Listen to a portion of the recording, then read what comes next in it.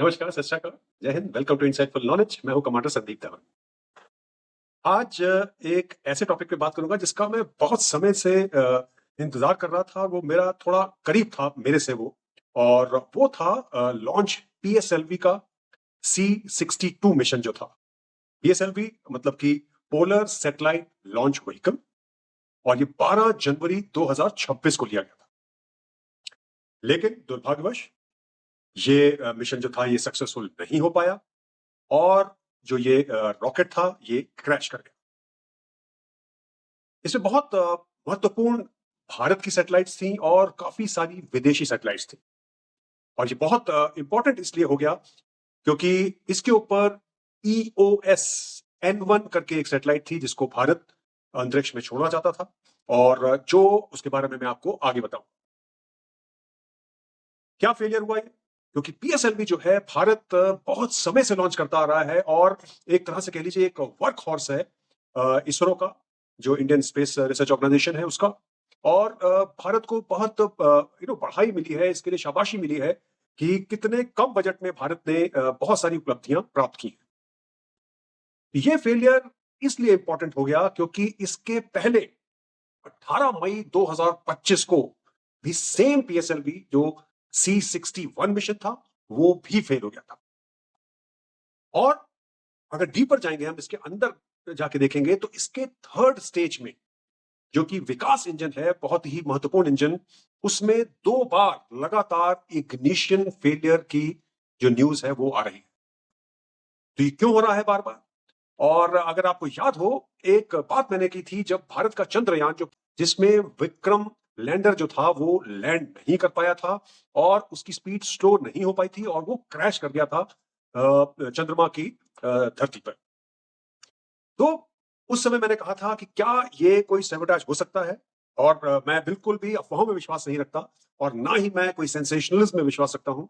लेकिन इस तरह के लॉजिक बॉम्ब्स मिलते हैं, एग्जिस्ट करते हैं, जो कि इम्प्लांट किए जा सकते हैं, और जो कंडीशन मिलने पे एकदम से लॉन्च होते हैं, और उस किसी भी गतिविधि को वो रोक सकते हैं, जिसको हम कहते हैं कि सैबोटाज कर सकते हैं।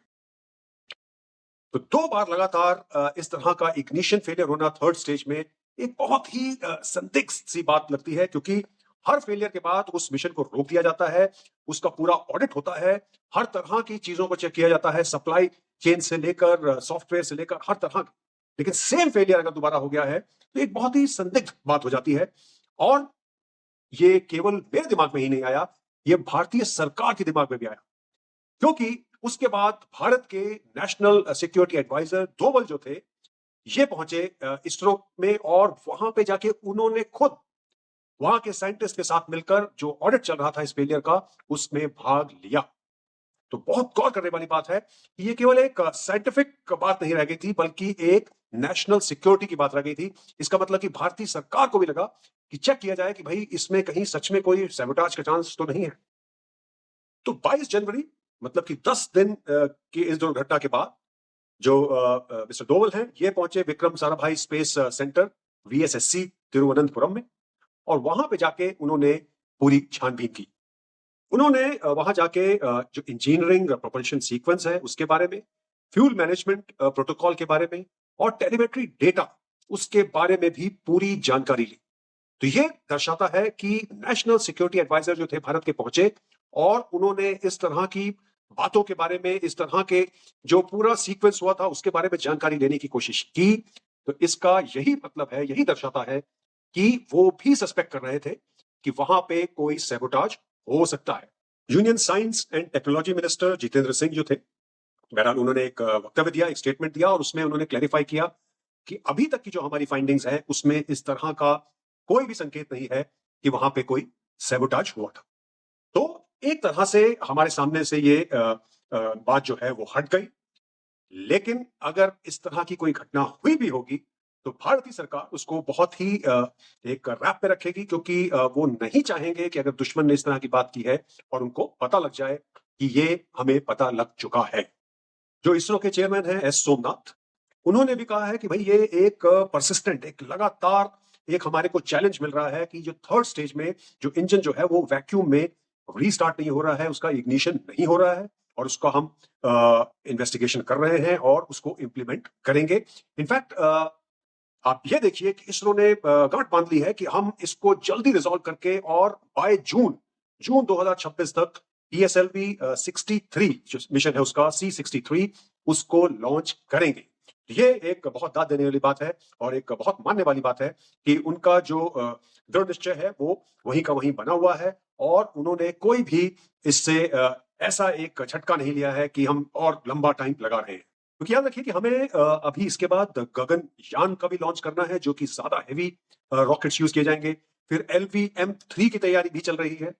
तो इसरो का कहना यह है कि भाई GSLV D1 उसके भी काफी फेलियर हुए थे और उसको हमने ओवरकम किया था, उसको हमने उससे उभरे थे हम, तो हम इससे भी उभर जाएंगे। याद रखिए स्पेस एक्स के भी कितने फेलियर हुए थे। इनफैक्ट शुरू में उनके सारे क्रैश करते रहे थे और अभी रिसेंटली जब हमारा PSLV क्रैश हुआ था उस समय चाइना का लॉन्ग मार्च जो रॉकेट था वो भी फेल होके वहीं पे क्रैश कर गया था इमीडिएटली आफ्टर लॉन्च।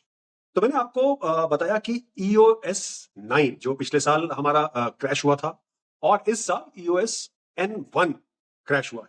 तो इनकी महत्वता क्या है? EOS का मतलब हो गया अर्थ ऑब्जर्वेशन सैटेलाइट और ये एक जो EOS 9 जो था जो पिछले साल क्रैश हुआ था ये C band synthetic aperture radar एक कैरी कर रहा था जो बहुत ही हाई रेजोल्यूशन की इमेजेस को कैप्चर करता था। रेन हो चाहे बादल हो, दिन हो, रात हो, और इससे हमें बहुत ज्यादा महत्वता मिलने वाली थी स्पेशली जो बॉर्डर का क्षेत्र है, सीमा क्षेत्र से, चाहे वो पाकिस्तान हो, चीन हो, चाहे बांग्लादेश हो, वहां पे हम बहुत ज्यादा सर्वेलेंस कर सकते थे, दुश्मन के ऊपर नजर रख सकते थे कि उनकी गतिविधियां क्या चल रही हैं। और ये जो EOS 9 यही नहीं रुक जाता है, इसके साथ ही ये जो ग्रामीण क्षेत्र जो है जहां पे खेती होती है तो उनका सॉइल जो है, धरती, उसमें कितना मॉइस्चर है, कितना पानी है, और किसी भी तरह का नेचुरल डिजास्टर जैसे फ्लड्स हो गए उन पे भी नजर रख सकता है, और फॉरेस्ट पे और अर्बन प्लानिंग पे बहुत तरह के इसके फायदे थे। और ये इसकी जो पूरी जीवन श्रृंखला थी, ये 5 साल इसकी लाइफ थी और ये काफी समय तक भारत को एक बहुत ही सक्षम जो है एक आई इन द स्काई कह लीजिए वो दे सकता था। अच्छा, इसके कंपैरिजन में जो EOS N1 जो अभी क्रैश हुआ है ये 100 से 150 kg का एक हाइपर स्पेक्ट्रल मिनी सैटेलाइट था और ये जो था इसका भी काफी कुछ काम यही था जो EOS 09 करने वाला था, लेकिन ये उतना सक्षम नहीं था जितना कि EOS 09 था। तो ये दोनों बहुत ही महत्वपूर्ण सैटेलाइट्स थी और इसके साथ ही जो विदेशों की जो सैटेलाइट्स का लॉस हुआ है, एक तो याद रखिए कि इससे नाम भी खराब होता है आपके देश का और रेवेन्यू का लॉस भी होता है क्योंकि आपको जिनका सैटेलाइट्स लॉस हुई हैं उनका भरपाई करनी पड़ेगी। हो सकता है इंश्योरेंस किया जाता है तो उससे भरपाई होगी, फिर आपका इंश्योरेंस का प्रीमियम ऊपर चला जाएगा। तो इस तरह की बहुत बातें होती हैं और ऐसा नहीं है कि जो देश आपके ऊपर विश्वास कर रहे हैं, आप उनकी सैटेलाइट लॉन्च कर रहे हैं, वो समझते नहीं है इन बातों को, लेकिन एक रेवेन्यू और एक साख, एक गर्व का जो लॉस होता है उसको हमें ओवरकम करना पड़ता है। तो बिल्कुल सही डायरेक्शन में गवर्नमेंट भी गई है और इसरो भी जा रहा है क्योंकि दोनों ही सैटेलाइट देश की सुरक्षा के लिए बहुत इंपॉर्टेंट थी और बहुत नाजुक मौकों पर इनका ये इस तरह से क्रैश होना एक संदिग्ध निगाह से देखने वाली बात जरूर बनती है। सैबोटाज को हमेशा देखना चाहिए किसी भी इस तरह की सेंसिटिव चीज में, और यही भारत की सरकार ने किया। अब इसके पीछे जैसे मैंने पहले कहा कि क्या उनकी फाइंडिंग्स थी, क्योंकि जो हमारे मिनिस्टर हैं उन्होंने क्लीन चिट दे दी, इसरो के चीफ ने, चेयरमैन ने जो है उन्होंने क्लीन चिट दे दी, तो आई एम श्योर कि वो अपना काम कर रहे हैं और जो फाइंडिंग्स हैं उसके ऊपर इंप्लीमेंटेशन कर रहे हैं। तो लुकिंग फॉरवर्ड कि जून में जो नेक्स्ट लॉन्च होएगा उसमें हम सक्सेसफुल हों और इस सैटेलाइट को, जो इतनी इंपॉर्टेंट सैटेलाइट है जिसको हम 2 बार से ऑर्बिट में पहुंचाने की कोशिश कर रहे हैं, वो वहां पे लेके जाएं। So thank you so much for watching. नमस्कार, सत श्री अकाल।